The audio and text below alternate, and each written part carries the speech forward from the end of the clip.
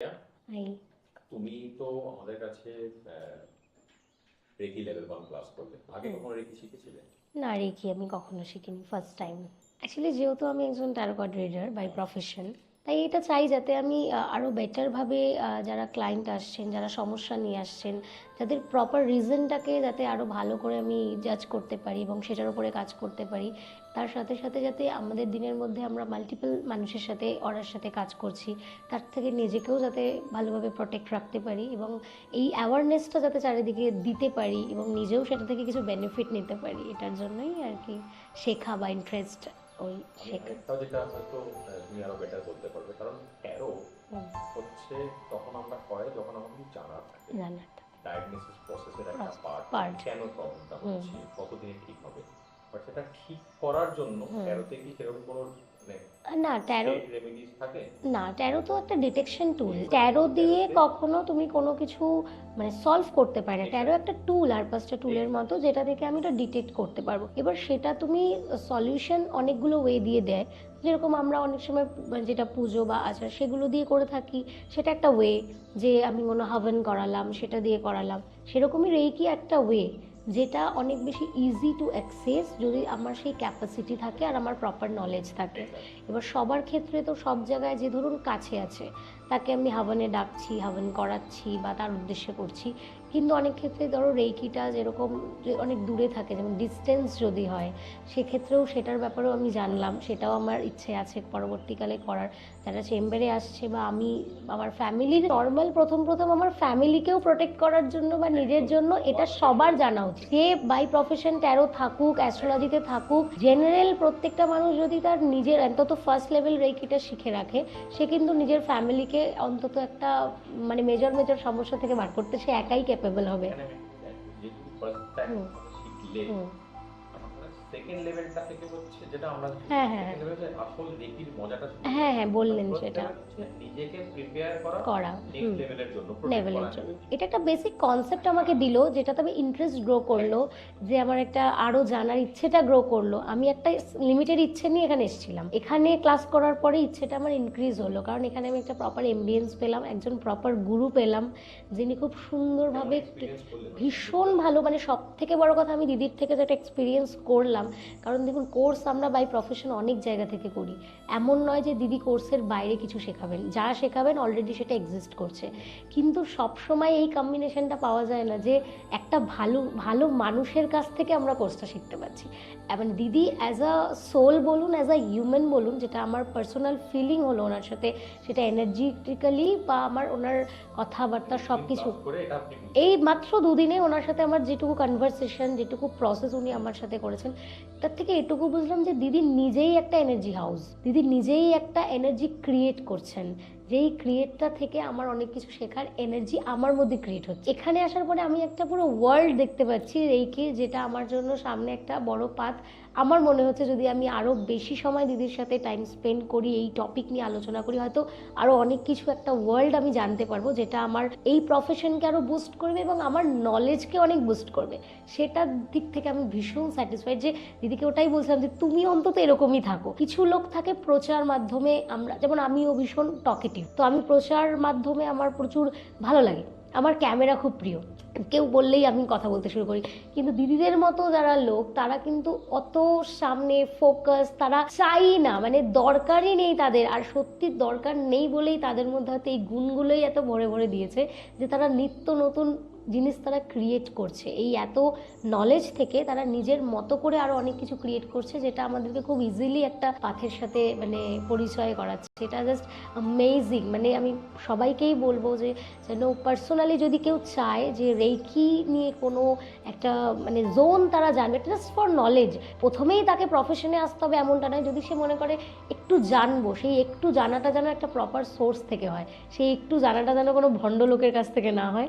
তো যেহেতু লোকেশনটাও খুবই মানে একদমই প্রপার লোকেশন, তো আশা করি খুব একটা কারোর অসুবিধা হওয়ার কথা নয়। তবে দিদির সাথে একটু মিট করা উচিত, স্পিরিচুয়ালিটিতে যারা আছে তাদেরও উচিত, আর যারা নেই তারাও একটু অ্যাওয়ারনেসের জন্যই না হয় আসুক, এটা খুব বেটার।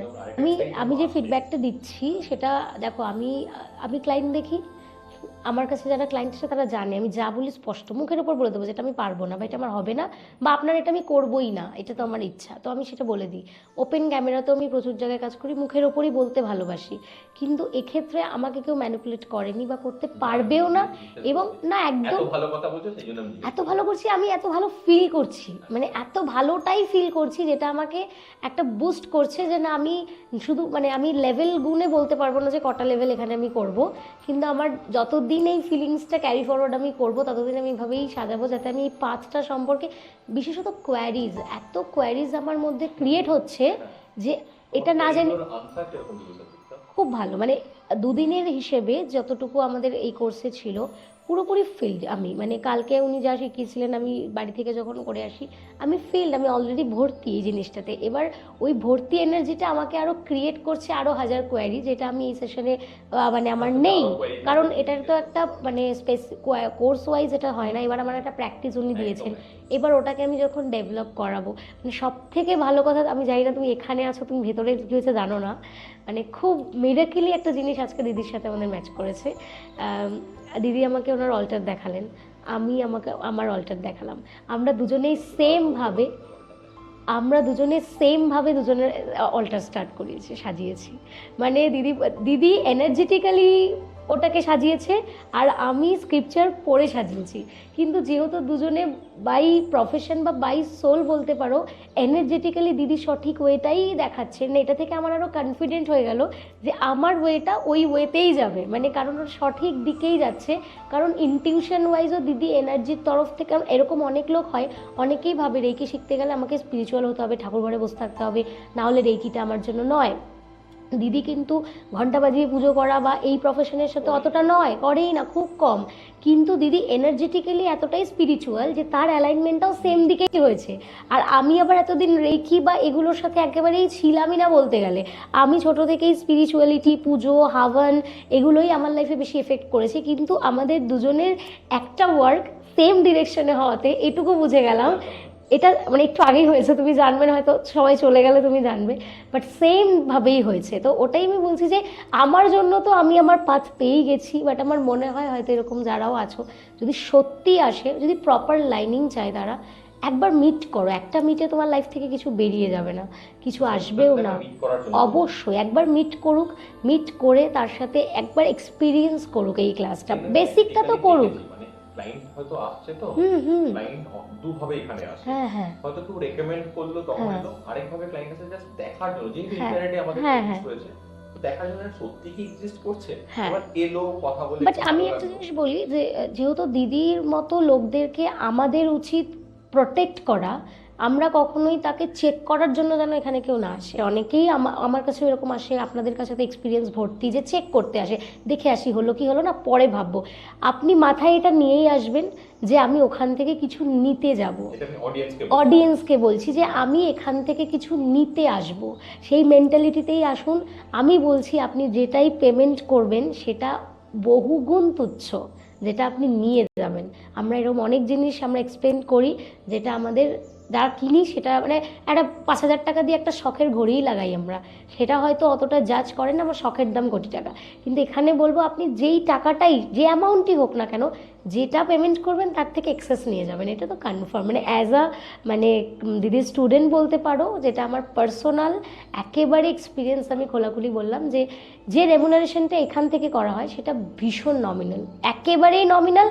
দিদির মতো কাউকে মানে এটা হয়তো আপনাদের অ্যাসেট, আমি বলতে পারি দিদি আপনাদের অ্যাসেট, একেবারে অ্যাসেট, মানে আমি দিদিকে বলছিলাম দিদি তোমার কোনো প্রচারের দরকারই নেই, সবাই বলার জন্য আসে না, কেউ ক্রিয়েট করার জন্য আসে, তো তুমি এরকমই একজন প্রপার এনার্জেটিক্যালি হিলার বলো, গুরু বলো, সেই জায়গাটা তুমি মানে আমি জানি না আমি কীভাবে ডিসক্রাইব করবো, বাট সত্যি আমি দিদির কাছ থেকে এক্সপিরিয়েন্সটা আমার এতটাই ভালো লাগছে। এই চেয়ারটা, যে চেয়ারটায় আমরা বসছি, যে প্রফেশনেই বসি সেটাকে রেসপেক্ট দেওয়া উচিত, কিন্তু আজকাল ম্যাক্সিমামই সেটা করে না, কিন্তু দিদি সেটাকে ফুললি করে, কারণ দিদির মাথায় ওটা আসেই না যে এর কাছ থেকে এই কাজটা বের করতে হবে, দিদির মাথায় এটাই আসছে মানে ওনার সাথে কথা বললেও সেও ফিল করবে যে আমার যেটা দরকার সেটাই দিদি বলছে। সেটাই ফিল করে বলে লোকে এত কনফিডেন্ট হ্যাঁ, মানে কমফোর্টেবল কমফোর্টেবল দিদির সাথে আমি যে দুদিন ক্লাস করলাম আমি এটা ফিল করিনি যে আমি ক্লাস করেছি। আমার জাস্ট এটাই মনে হচ্ছে আমি একটা মানে কোয়ালিটি টাইম স্পেন্ড করে গেলাম, যে কোয়ালিটি টাইম স্পেন্ডটাই আমাকে অনেকটা রিফ্রেশ করছে এনার্জেটিক্যালি, যেটা আমাকে আরও কিউরিয়াস করছে, আরও নলেজ জানার জন্য আমার মধ্যে আরও কোয়েশ্চেন হয়তো তৈরি করবে, সেটা হয়তো ভবিষ্যতে আমি এখান থেকে জানতে পারবো। নিশ্চয়ই নিশ্চয়ই যখন অ্যাডভান্স লেভেল শিখবে তো তখন আরো বেটার আরও বেটার, হ্যাঁ ওগুলোই জানবো, দেখা যায়। এখনো ওটাই আমি দিদিকে বললাম আমার কোনো তাড়াহুড়ো নেই, আমি জাস্ট হ্যাঁ করা যায় না, উনিও বললেন তাদের মধ্যে বলতেই হয়। হ্যাঁ। আর এই প্রসেসটা তাড়াহুড়ো নয়, কারণ এটা ব্যাপারটা তো সার্টিফিকেটের নয়, ব্যাপারটা তো আমার কারিকুলামের। আমি যদি কিছু নাই আপনি আমায় দিলেন আমি খেলামই না, তাহলে কি করে হবে? খেতে তো হবে জিনিসটা, প্র্যাকটিসও করতে হবে। শিখে গেলাম দুদিনে, তো আমাকে শিখিয়ে দিয়েছে দিদি কিভাবে করতে হবে, শিখিয়ে দিয়েছে। এবার যদি নাই করি আমার ডেভেলপমেন্ট তো ওই জায়গাতেই থেকে যাবে, তাহলে আর নেক্সট লেভেল তার আপার লেভেল স্বপ্নই থাকবে।